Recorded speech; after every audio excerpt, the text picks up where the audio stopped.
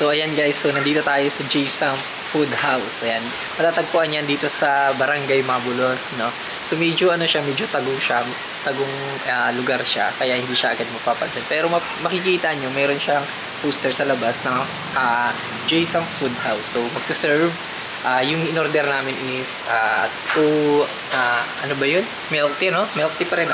Dalawang milk tea, size medium. So may flavor tong mango flavor.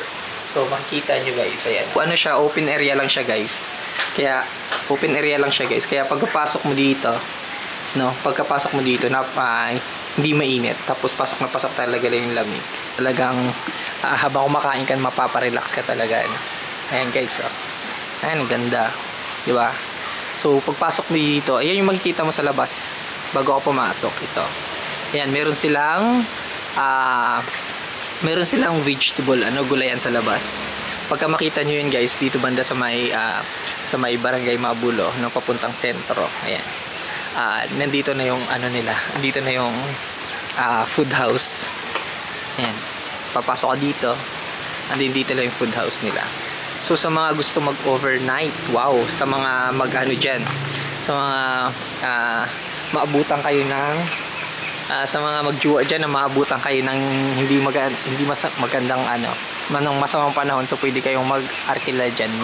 Niririntahan po yan guys. Yan dalawa, pinaparintahan niya yung taas na yan. So ayan. So talagang ang daming service nila dito.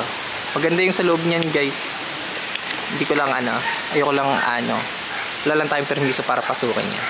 Yung napagod kasi kaming libutin yung buong Sibuyan. Kaya, so, parang na din. Treat na din namin para sa sarili namin. Ay, order namin guys. Ayan, sarap na ito. Sarap ng nila.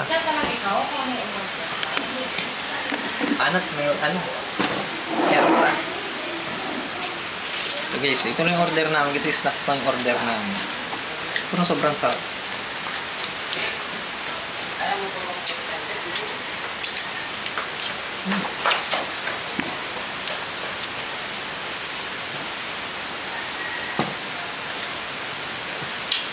Grabe, sarap.